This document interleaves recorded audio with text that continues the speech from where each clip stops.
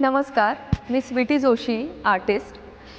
प्रुडंटच्या गजाली कार्यक्रमामध्ये आपलं स्वागत आहे. आज आपल्यासोबत आहेत प्रसिद्ध चित्रकार जयंत जोशी, जे की पुण्यातले आहेत, आणि भीमसेन जोशी यांचे ते सुपुत्र आहेत.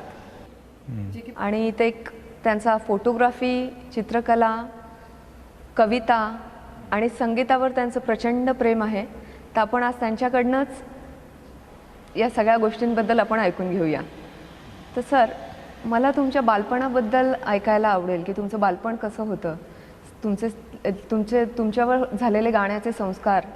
किंवा लाईक असं आपण म्हणू शकतो की बाळकडूच तुम्हाला गाण्याचं पाजल्या गेलं. त्यामुळे ते आम्हाला ऐकायला खूप आवडेल. तर तुम्ही त्याबद्दल जरा. काय, लहानपण माझं फार सुखात गेलं. गाण्याचं वातावरण म्हणजे माझी आई पण गाण्याचं व्यासंग होतं, तिचं प्रेम होतं. आईवडिलांचं लग्नसुद्धा गाण्याच्या प्रेमामुळेच झालं. आणि मी शाळेतनं घरी यायचो तेव्हा मला कंपाऊंडमध्ये शिरताना गाण्याचा रियाजाचे सूर ऐकायला यायचे, पुरिया किंवा यमन वगैरे. जिना चढताना तेच. आणि मग मी आईला डिस्टर्ब नाही करायचो, मी पण ऐकत बसायचो.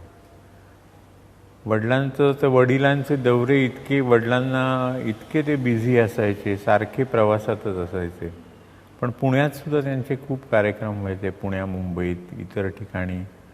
मी वडिलांबरोबर भारतात, परदेशात सगळीकडे खूप प्रवास केला. आणि लहानपणापासून गाणं ऐकत ऐकतच आम्ही वाढलो.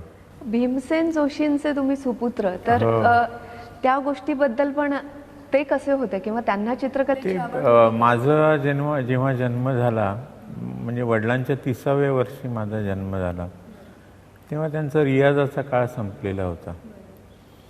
पण गाणं हा त्यांचा देहधर्म होता. हुकमी होतं त्यांचं गाणं. त्यांची झोप पण हुकमी होती. त्यांच्या अंगात इतकी प्रचंड एनर्जी असायची की संध्याकाळी, रात्री, सकाळी, दुपारी कधीही कार्यक्रम झाला, त्यांचे लागोपाठ कार्यक्रम असायचे. तर प्रवास करून गाणं म्हणल्यानंतर सुद्धा ते ताजेतवाने असायचे. मला वाटतं त्यांच्या गाण्यामध्ये तो प्राणायाम, तो अचानक आपोआप होत असे. आणि त्यामुळे ते गाणं संपल्यानंतर उलट जास्ती त्यांच्या अंगामध्ये एनर्जी यायची. गाणं म्हणताना ते खूप तेजस्वी दिसायचे. आणि त्यांच्या काहीतरी अशी सिद्धी होती की ते पहिला सूर त्यांनी लावल्यानंतरच, पहिला सूर लावल्यानंतरच मैफल त्यांच्या अशी म्हणजे फुलायची. नाही, मैफलीचं त्यांचं म्हणजे त्यांच्या कह्यात यायची. बरं. आणि मग नंतर लोक त्याच्यात म्हणजे वेळ कसा गेला कळायचंच नाही. आणि पूर्वीच्या काही असं वेळेचं एवढं बंधन नव्हतं. आणि 4-4, 5-5 तास असं गाणं व्हायचं. नाही, ते त्यांच्या गाण्याच्या विश्वातच असायचे. आमच्याकडे एवढ्या मोटारी होत्या, आम्ही मोटारीने प्रवास करायचे. त्यांना ड्रायव्हिंग खूप आवडायचं. पण गाडीतल्या ऑडिओ सिस्टीम्स वगैरे काढलेल्या असायच्या. मनातल्या मनात ते गाणं म्हणत असायचे असं मला वाटतं. आणि त्यामुळे इतर सगळे फालतू विचार हे सगळे लांबच असायचे. एका पातळीवरती सर्व कला, प्रतिभा ह्या सगळ्या एकच असतात. अनेक कलावंत, शिल्पकार त्यांच्या गाण्याला वगैरे यायचे. माझी ओळख करून द्यायची ते त्यांच्याशी नेहमी आवर्जून. आणि तुम्ही एकदा बोलताना असं बोललात की गोव्याने दिलेलं जगाला वरदान आहे म्हणजे मी तर लहानपणापासून लता मंगेशकरांच्या प्रेमात पडलो. मी लहानपणीची एक आठवण आहे. मी अभ्यासात चांगला होतो मी. तर आईला वाटायचं यांनी खूप अभ्यासावर, तर मी सारखा रेडिओ ऐकत बसायचो. ते एक दिवस मी रेडिओ ऐकत, माझ्या बिछाण्याच्या शेजारीच रेडिओ होता विजेचा. तर एक दिवस वडिलांनी ते बटन काढलं आणि माझा हात धरला. याला शिक्षा करा आईने सांगितलं होतं. मला शॉक बसला. तो माझा आयुष्यातला पहिला शॉक. पण एक एक्सलन्स लेव्हलची एक कल्पना लता मंगेशकरांच्या गाण्यांनी जी माझ्या मनामध्ये ठसवली ती अजून तशीच कायम आहे. आणि काय परमेश्वरांनी जगाला दिलेलं एक वरदान आहे लता मंगेशकर म्हणजे, असं मला वाटतं. आणि मला आठवतं मी तुमच्याकडे जेव्हा पहिल्यांदा आले होते पुण्यातल्या घरी, सो तेव्हा आदल्या दिवशीच गुरुपौर्णिमा होऊन गेली होती आणि भीमसेन जोशींच्या फोटो भोवती जे काय सगळी फुलांची रास होती, तर अजूनही त्यांचे शिष्य आणि येत परंपरा. असतात. हा, त्यांनी पण एक स्वतःचं भारतीय संगीतात एक मोठं स्थान तयार केलं. आणि त्यांचं व्यक्तिमत्व असं होतं, त्यांच्या व्यक्तिमत्वातला साधेपणा आणि एक निर्व्याजपणा यांनी खूप लोकांना इन्स्पायर केलं. आणि अजूनही त्यांच्यावर प्रेम करणारे लोकांनी त्यांच्यावर प्रेम केलं. भीमसेन जोशीं एवढं प्रेम फार कमी लोकांच्या प्रेमावरनं मला आठवलं तुमच्याकडे जो ऑर्गन आहे त्याबद्दल पण आवडेल. नाही, ऑर्गन तो काय, बेळगावला एक कोणीतरी सावकार होते, बालगंधर्वांच्या उतरत्या काळामध्ये त्यांनी तो कुठेतरी गहाण ठेवला होता. बालगंधर्वांकडे 18 ऑर्गन होते, पैकी एक हा ऑर्गन. तो त्याला थोडीशी म्हणजे तो खराब झाला होता. तो वडिलांनी विकत घेऊन आम्ही तो दुरुस्त वगैरे केला आणि तो ठेवला आहे आमच्याकडे. ते एक आमच्या वडिलांची म्हणजे घरची एक वैभव आहे. ते वडिलांचं प्रेम होतं बालगंधर्वांवर. त्यांनी म्हणजे हे जे मोठे लोक होऊन गेले यांनी आपल्या संस्कृतीचा एक मोठा भाग बनले. बालगंधर्व काय किंवा त्यावेळेचे इतर किंवा आत्ताच्या लताबाई काय, यांच्याशिवाय भारतीय संस्कृतीची कल्पना करणं मुश्किल आहे. पण मग एवढे तुमच्यावर फक्त तेवढेच नाही म्हणजे जे गाण्याचे संस्कार आहेत, तर तुम्हाला कलेकडे मला माहिती होतं काय तसं नाही. त्याच्यासाठी इतकं डिव्होशन आणि इतका त्याग लागतो. बरं. आणि मला तर अनेक गोष्टी आवडायच्या. मला वाचण्याची आवड होती, मला सिनेमाची आवड होती, नाटकांची आवड होती आणि वेगवेगळी रंगीबेरंगी माणसं ती पण मला खूप आवडायची. तर एकूण माझा वाहवत जाण्याचा स्वभाव आहे. माझी चित्रकला पण बरी होती. आणि माझ्या वडिलांचं असं होतं की त्यांनी 9व्या वर्षी अब्दुल करीम खां साहेबांची रेकॉर्ड ऐकली, पिया बिन नाही आवत चैन. आणि 9व्या वर्षी त्यांनी ठरवलं की मला असं गाणं गायचंय. आणि त्यामुळे अगदी पित्या घरातला मोठा मुलगा ते घराचा त्याग करून गुरुच्या शोधासाठी बाहेर पडले. आणि त्यांनी आयुष्यभर तेच केलं. म्हणजे 9व्या वर्षी त्यांना आयुष्याचा पर्पज समजला. मला काय म्हणजे मोठं झाल्यानंतर सुद्धा मला काय करायचं हे पटकन कळलं नाही. तुम्ही फाईन आर्ट्स आणि मी कमर्शियल आर्टला गेलो, कारण कमर्शियल आर्टमध्ये निदान चरितार्थ तरी उत्तम होईल असं माझे काही मित्र म्हणाले, सिनियर. असं काय रिझन ठरलं की तुम्ही परत फाईन आर्ट्स कडे मी ग्राफिक डिझाईनचा बराच अभ्यास केला, सिरियसली अभ्यास केला, खूप कामं केली, उत्तम कामं केली. त्याच्यामध्ये मला बक्षिसं वगैरे पण मिळाली. मी 8 वर्ष पुण्याच्या मॅक्स मुल्लर भवनचा रेसिडेंट डिझायनर होतो. अरे वा. आणि त्यामुळे त्या जर्मन लोकांची शिस्त आणि कलेचं प्रेम किंवा त्यांची लायब्ररी, उत्तम माणसांच्या सहवासात होतो, त्याचा मला फायदा झाला.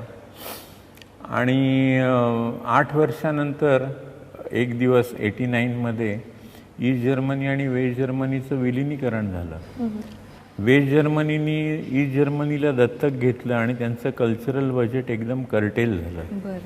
मग ते जे डायरेक्टर होते टिल्मन वॉर्ड्रॉफ म्हणून, ते म्हणले, अरे जयंत, तू फाईन आर्ट्सचा माणूस आहेस, तू हे काय करतोयस? आणि मला सुद्धा व्यवस्थेचा अनुनय करणाऱ्या जाहिरात कलेचा तोपर्यंत, म्हणजे तिथे तुम्हाला शिस्त काय असते, डिझाईन या अनेक गोष्टी आपोआप शिकलो. त्या तत्पूर्वी सुद्धा मी मुंबईला काही दिवस यशवंत चौधरी नावाचे मोठे ग्राफिक डिझायनर होते.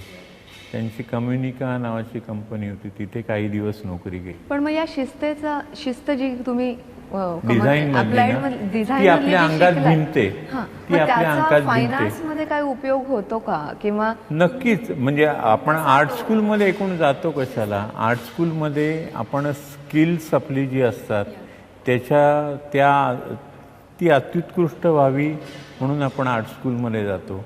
आर्ट स्कूलमध्ये जाताना आपण गेल्यानंतर आपण आपल्याला आधीच्या लोकांनी काय विचार केला आहे, आर्ट हिस्ट्री म्हणजे काय हे समजतं. आपल्या बरोबरचे लोक आपले समकालीन काय विचार करतात हे समजतं. एवढा आर्ट स्कूलचा फायदा असतो. पण खरं आपण घडतो ते आर्ट स्कूलमधनं बाहेर आल्यानंतर घडतो.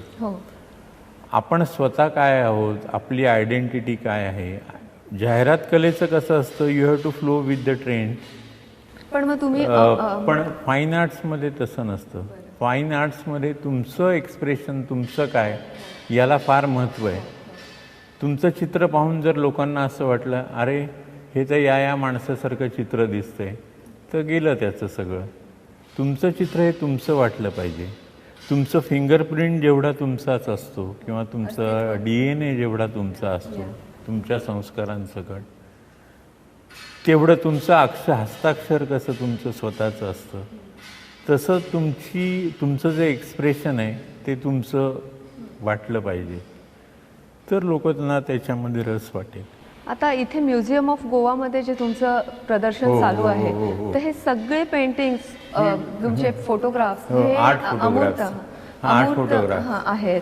अमूर्तमय तरी सुद्धा अमूर्त भावना कुठे असते. तर मला एक आठवतं ह्याच्यावरनं की अशोक वाजपेयींनी जेव्हा भारत भवन ह्याची स्थापना झाली त्या दरम्यान पहिला शो त्यांनी काही ॲबस्ट्रॅक्ट पेंटर्स आणि काही फिगरेटिव्ह रिअलिस्टिक वर्क करणाऱ्यांचा लावला होता.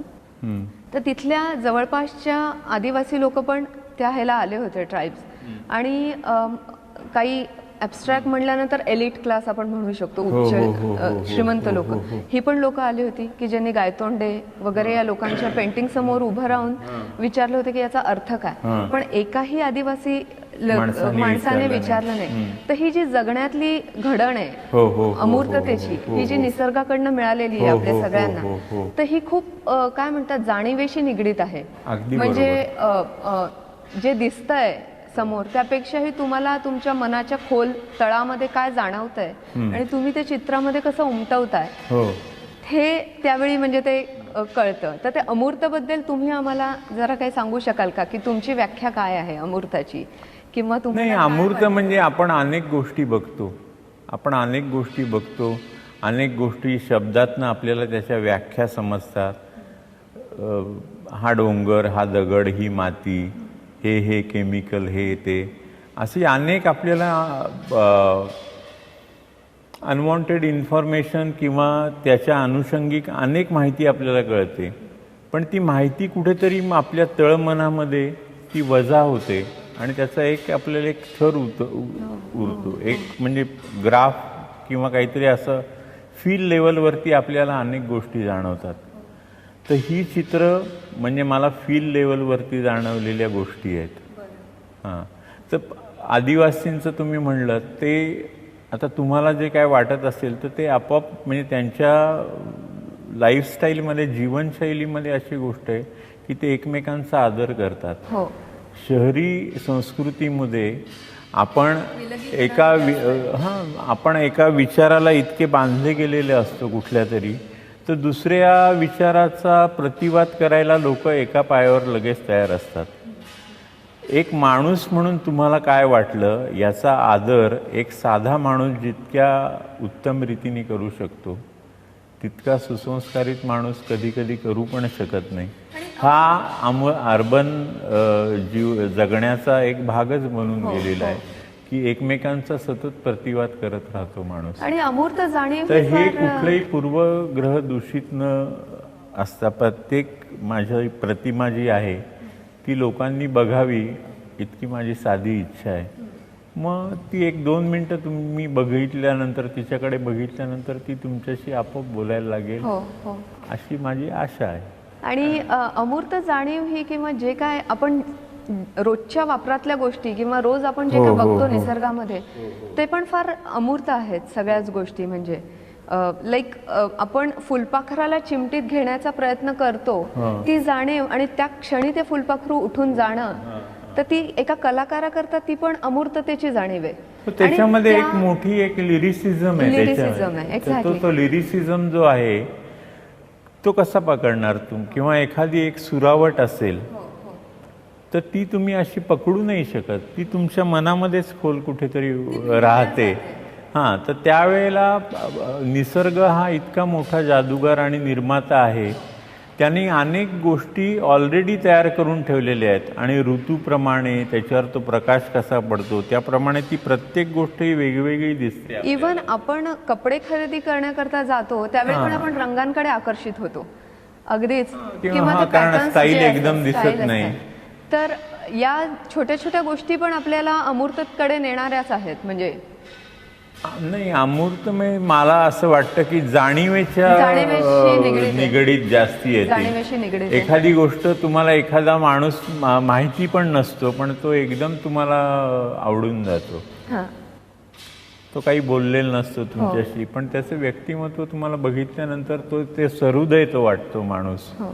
तसं एखादं दृश्य असतं, एखादी वस्तू असते, एखादी फ्रेम असते, आपल्याला एखादं काहीतरी दिसतं आणि ते तुम्हाला आवडून जातं. मग तुम्ही हे जे फोटोग्राफ्स काढताना पूर्वसंस्कारांचा भाग येतो का ह्याच्यात तुम्हाला? अर्थातच, कारण मी आता दुसरं काहीच केलं नाही. बरं आर्ट स्कूलमधनं बाहेर पडल्यानंतर बरं. फक्त गेले 4-1 दशक तुम्ही काम करताय चित्रकलेमध्ये. आणि कलेचा व्यासंग, त्याविषयी वाचणं, कलावंतांच्या सहवासात राहणं, याच्याशिवाय मी दुसरं काहीच केलं नाही. आणि मग ते माझी एक कुठेतरी उत्कृष्टतेची व्याख्या आपली तयार होत राहते, ती जास्तीत जास्त समृद्ध होत जाते. तुम्ही म्हणता व्याकरण असतं प्रत्येक कलावंताचं वेगळं असतं व्याकरण. तर तुमच्या चित्रातल्या व्याकरणामध्ये कुठला मुख्य घटक आहे तुमच्या चित्रात असं तुम्हाला वाटतं? नाही, इतकं मी माझ्या चित्रांकडे त्रयस्थपणे बघू पण शकत नाही. बरं.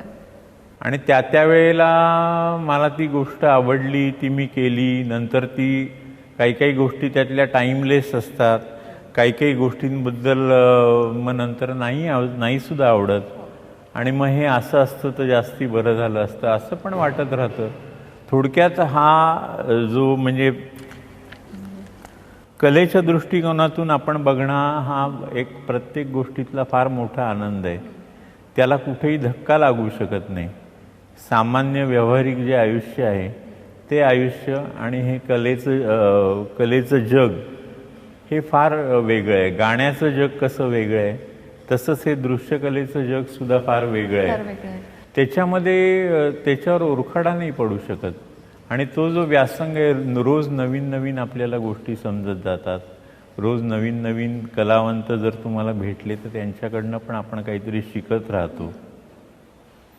आणि एकूण चर्चेच्या आदानप्रदानामुळे आपण रोज एक कलावंत म्हणून समृद्ध होत असतो असं मला वाटतं. आणि ती एक फार मोठी गोष्ट असते. म्हणजे आजच्या दिवसात तुम्ही काय मिळवलं तर तुम्हाला एक समजा 2 लाख रुपये मिळाले, 5 लाख रुपये मिळाले वगैरे, या गोष्टी ट्रान्झिटरी आहेत. म्हणजे आता त्या मिळाले, नोटा रद्द झाल्या, बोंबललं, तसं ह्याच्यामध्ये व्यय काही नाही. कलेच्या क्षेत्रामध्ये व्यय नाही, नुसतं खूप तुम्हाला खूप आनंद मिळत राहतो. आणि फोटोग्राफर, चित्रकार किंवा गायन, मुख्य म्हणजे फोटोग्राफर आणि तुमच्या चित्रकलेमध्ये नाही, ही सगळी दृश्यकला आहे. तुम्हाला जास्त संस्कार आहेत तुमच्यावर असं वाटतं? अनेक लोकांचे आहेत. अनेक लोक, असं एक नाव असं नाही घेता येणार. अनेक लोकांच्यामुळे आपण घडलेलं असतो. याचं एखाद्या माणसाची उत्स्फूर्तता आवडते, एखाद्या माणसाचं अभ्यास आवडतो. पण मुख्य म्हणजे चित्रामध्ये सुद्धा विचार हाच महत्त्वाचा असतो. हा चित्रामधला विचार मात्र मी शिकलो ते पॉल क्लीची पुस्तकं वाचून आणि त्याची चित्र बघून. पॉल क्लीचं पेडागॉजिकल स्केचबुक म्हणून एक पुस्तक आहे. माणसाने किती सखोल विचार करावा. तसं चित्र म्हणजे काय असतं, एखादा बिंदू, रेघ, मग ती रेघ असते ती जाड, तिचा जाड बारीकपणा, तिचा तिरकेपणा, तिचा नागमोडीपणा, आणि नंतर त्रिकोण, चौकोन, गोल, हे बेसिक शेप्स असतात. आणि ते बेसिक शेप्सच ते आपोआप हे ऑर्गॅनिक असतात खूप, आणि ते बदलत असतात. आणि त्यांच्या व्हॉल्यूममुळे, त्यांच्या घनतेमुळे किंवा त्यांच्या हलकेपणामुळे हे ते एकमेकांमध्ये मिसळल्यानंतर वेगवेगळे फॉर्म्स तयार होतात आणि ते प्रत्येक फॉर्मचं स्वतःचं एक स्टेटमेंट असतं. तुम्हाला चित्रकला आवडते म्हणजे का, एखादी गोष्ट तुम्हाला का आवडते याचा तुम्ही जेव्हा विचार करता, नुसतंच एखादे कानाला तुम्ही गाणं ऐकलं आणि कानाला गोड वाटते म्हणजे ते चांगलं आहे असं नाही. त्याचा सुद्धा एक लोकांनी खूप विचार करून घेतलेला आहे, त्याचा अभ्यास आहे. तसं चित्रकलेचं सुद्धा, चित्रकलेचं पण शास्त्र आहे. तर ते शास्त्र जेव्हा तुम्ही शिकता तेव्हा त्यातले रिदम्स, त्यातले मूड्स हे क्रिएट कसे करायचे, हे हा पण तुमचा एक देहधर्म होऊन बसतो. आणि तुमच्या कवितांबद्दल तुम्ही काय सांगू शकाल? नाही, कविता म्हणजे ते खानोलकर, पुशी रेगे यांच्याबद्दल तुम्ही खानोलकर आहेत, पुशी रेगे आहेत, चित्रे आहेत. या लोकांनी आपली जी म्हणजे ठराविक आपलं जे क्षितिज असतं ती क्षितिज अजून लांब नेली आमच्यासाठी. आणि जग किती मोठं आहे आणि किती उंच आणि किती खोल आहे भावना, हे शिकवलं. म्हणजे तुम्ही मगाशी बोललात जसं की पुशींच्या कवितेमध्ये प्रतिमा येतात. प्रतिमा म्हणजे आकार आहेत, आकार आहेत. ते एक चित्रकार म्हणून तुम्हाला ते इन्स्पिरेशन्स आहेत. ऑफकोर्स पुशी रेग्यांचं आहे, खानोलकरांचं आहे, विंदा करंदीकरांचं आहे. त्यांचा एक ताल आहे त्यांच्या कवितेमध्ये. खूप कवी आहेत, परदेशी, देशी, वाचतो मी खूप. मला असं वाटतं चित्रकारांनी सुद्धा त्यांची जी बोलीभाषा जी आहे किंवा त्यांची जी लिखित भाषा आहे ती खूप अभ्यासाने शिकायला पाहिजे. जेव्हा तुम्हाला शब्दामध्ये शब्दामधनं जे व्यक्त करता येतं त्याची अचूकता तुम्हाला कळते.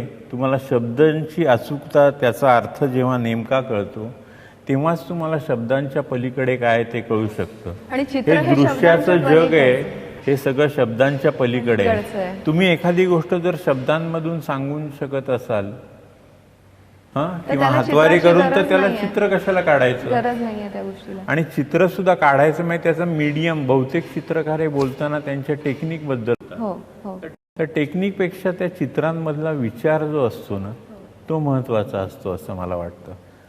चित्रांमधला विचार हा कुठेतरी कनेक्ट व्हावा ही प्रत्येक कलावंताची अपेक्षा असते. पण आपण म्हणू शकतो की पुलंनी एका मुलाखतीत सांगितलं होतं की मी चित्रकलेचे सगळे पाश तोडले, तर त्याला मराठी चित्रकलेला तो एक मोठा सेटबॅक बसला. कारण त्यांना ते खूप लोकप्रिय होते, हुशार होते, ते स्वतः खूप वाचत असत, व्यासंगी होते. लहानपणापासून मी त्यांना ओळखतो. पण हे त्यांनी वाक्य म्हणून कुठेतरी चित्रकलेवरती, मराठी चित्रकलेवरती आघात केला असं त्या दृष्टीने आजच्या वातावरणाबद्दल तुम्हाला काय वाटतं? एकंदर चित्रकला आहे, उपलब्ध राजकारण आहे, या सगळ्याच गोष्टींचा कसा परिणाम? याच्यामध्ये स्वतःला शोधणं हे फार महत्वाचं आहे. नाहीतर तुम्ही वाहवत जाल चित्रकार म्हणून. आज अमुक एक गोष्ट खपली जातीये म्हणून तुम्ही तसं करणार आहात का? म्हणजे आज तुम्ही धोतर आणि समजा सदरा घालता किंवा मी पायजामा घालतो, मी एकदम 3 पीस सूट घालायला लागलो, तर इट विल लुक ऑकवर्ड. मी आता अर्थात माझं तसं होणार नाही, पण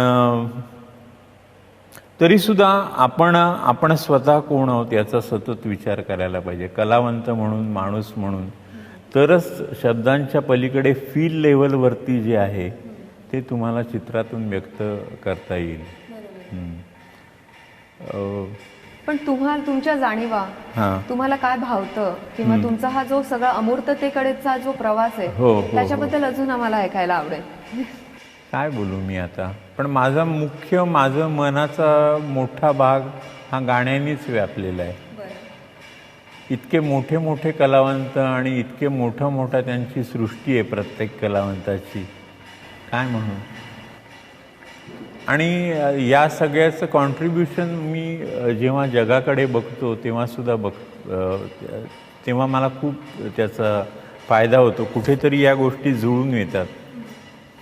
कवितेची भावना, गाण्याचा प्राण हा कुठे ते चित्रात उतरावा अशी माझी इच्छा असते. आणि तुमच्या आवडत्या चित्रकारांबद्दल जरा आम्हाला ऐकून घ्यायला आवडेल. अहो खूप येतो हे, म्हणजे एखाद्याचं नाव घेतलं तर दुसऱ्याला त्रास होईल असं वाटतं. पण सध्या माझ्या सहवासात कोलते सर बऱ्याच काळापासून आहेत. त्यांच्या चित्रावरती मी भरभरून लिहिलं सुद्धा आहे. तर त्यांच्या चित्रातली आता ते तर जवळजवळ 70 वर्ष चित्र करतायत, म्हणजे 70 वर्षाचे ते आहेत. पण निदान म्हणू की गेले 50 वर्ष ते, आणि त्यांनासुद्धा त्यांचे गुरुजी भेटले. मग त्यांच्या गुरुजींची त्या आठवणी सांगतात. आणि त्यांचं प्रत्येक चित्र म्हणजे मोठं छोटं ही एक सहज कविता आहे असं मला वाटतं. आणि आनंद देतात त्यांची चित्र मला. आणि एक अमूर्त चित्रकार, फोटोग्राफर हे म्हणून तुम्हाला तुमची काय जबाबदारी वाटते या सगळ्या दृष्टीने? मी इथे एक माझी कविता लिहिली आहे बरं का, 2 कविता मी सांगतो तुम्हाला. आम्हाला ती ऐकायला आवडेल कविता. निष्कर्ष या संकल्पनेतच कुठेतरी समाप्ती अधोरेखित केलेली असते. The end.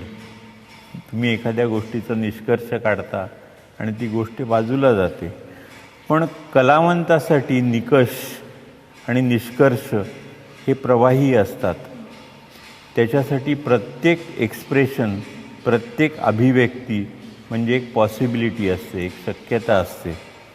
आणि त्या मनस्थितीत वावरताना जो एक्सप्रेशनचा एक डिक्शनरी तयार होते, संग्रहकोश तयार होतो, त्यातून कालातीत सत्याचे, भावनेचे वेगवेगळे रूपस्त्रोत हे आपण मांडत असतो.